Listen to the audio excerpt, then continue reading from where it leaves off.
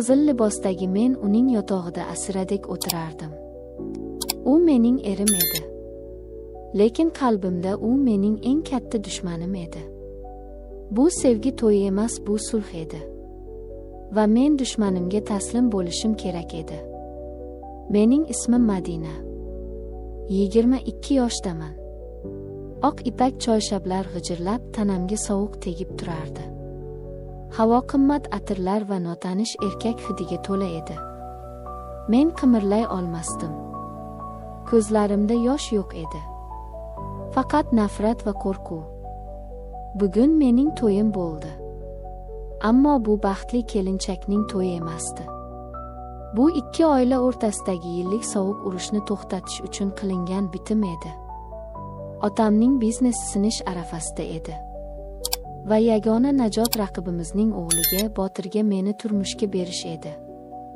Botir 30 yoshlarda. Salobatli kelishgan, ammo nigohlari muzdek sovuq. U otasining ishini davom ettirardi va bizning oilamizni yutish uchun hamma narsaga tayyor edi. Endi u meni ham yutgandi. Eshik sekin ochildi. U kirdi. Ustidagi qimmatbaho kostyumida. U menga bir soniya qaradi. O'sha sovuq, o'tkir nigoh. Demak, shu ekani taqdir, dedi u ovozi xirillab. U kulmadi. U shunchaki meni kuzatardi.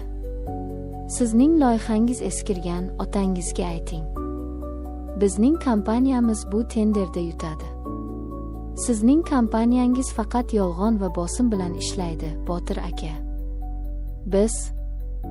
Siz nima? Siz hali tajribasiz erkak qizsiz, Madina. Bu o'yinlarni tushunmaysiz. Boring-da, qo'g'irchog'ingizni o'ynang. O'sha kun men undan nafratlangandim. Endi esa men uning xotini edim. Uning yotog'ida. U kostyumini yechib stulga tashladi. Oq ko'ylagining yenglarini shimararkan menga yaqinlashdi. Men beixtiyor titrab ketdim. Qo'rqma, dedi u, men yirtqich emasman. Unda nega menga shunday qaraysiz, dedim men ham g'azabimni yashirmay. U to'xtadi. Keyin kutilmaganda kuldi. Qoyil. Hali ham tiling uzun-ku, dedi u, men seni allaqachon singan deb o'ylagandim. Hech qachon. Yaxshi, dedi u, bu menga yoqadi. U yonimga o'tirdi. Oradagi masofa olovdek kuydirardi. Bu majburiyat, dedim men pichirlab. Yo'q, dedi u qo'lini yuzimga yaqinlashtirib. Bu imkoniyat. Bizning sulhimiz. Uning barmog'i iyagimdan tutib yuzimni o'ziga qaratdi. Men uning ko'zlariga tik qaradim. Nafrat bilan. Shunchalik mendan nafratlanasanmi, dedi u, sizdan ham, bu taqdirdan ham. Unda nafratingni ham his qilaylik. U egilib lablarimdan o'pdi. Bu muloyim bo'sa emasdi. Bu kuchli, bu talabchan, bu deyarli g'azabli o'pich edi. Men qarshilik qildim, tishladim. Ammo u bo'shashmadi. Uning kuchli qo'llari belimdan siqib meni o'ziga tortdi. Va bilmadim qanday qilib mening nafratim, mening qarshiligim ehtirosga aylana boshladi. Men ham unga javob qaytardim. Ochofatlik bilan. Bu sevgi emasdi, bu ikki kuchli irodaning to'qnashuvi edi. Uning qo'llari orqamdagi libosimning tugmalarini shoshqaloqlik bilan yecha boshladi. Men esa uning ko'ylagini yirtib yuborayozdim. Sen olov ekansan, dedi u hansirab bo'ynimdan ochofatlik bilan o'parkan.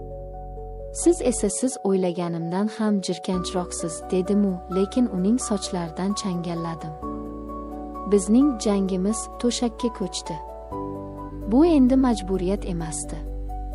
Bu yovvoyi bir istak edi. U mening tanamni xuddi yangi bir hududni zabt etayotgandek o'rganardi.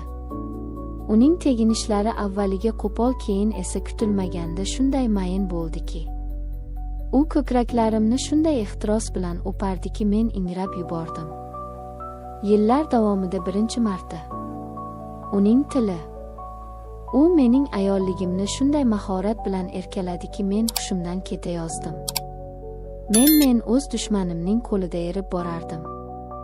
Gapir, dedi u hansirab. Meni xohlayotganingni ayt. Hech qachon, dedim men nafasim tiqilib. U kuldi. So'zlaring yolg'on gapiradi, lekin tanang.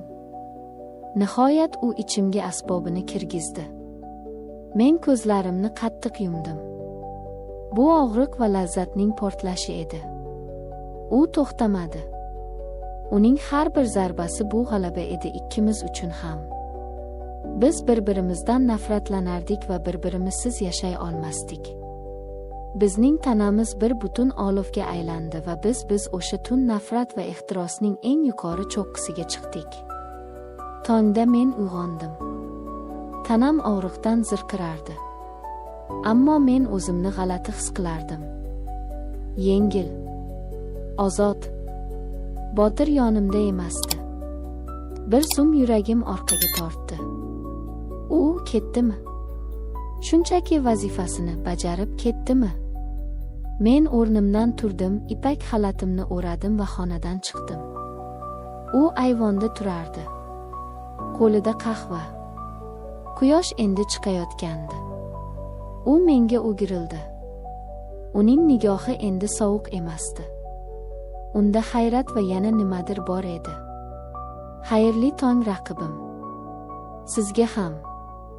U menga yaqinlashdi. Yuzimni siladi. Kechagi tun bu sulhning bir qismi emasdi, Madina. Bu kutilmagan bonus edi. O'ylaymanki, bizning bu sulh imiz o'ylaganimdan ham qiziqarliroq bo'ladi. U yana egilib lablarimdan o'pdi. Bu safar g'azab bilan emas. Bu safar mehr bilan. Men tushundim. Bizning urushimiz tugamagan. Yo'q. U shunchaki boshqacha tus olgandi. Bu endi biznes urushi emas. Bu ikki qalb, ikki vujud o'rtasidagi otashin, shirin bir urush edi. Va men bu urushda yutqazishga tayyor edim.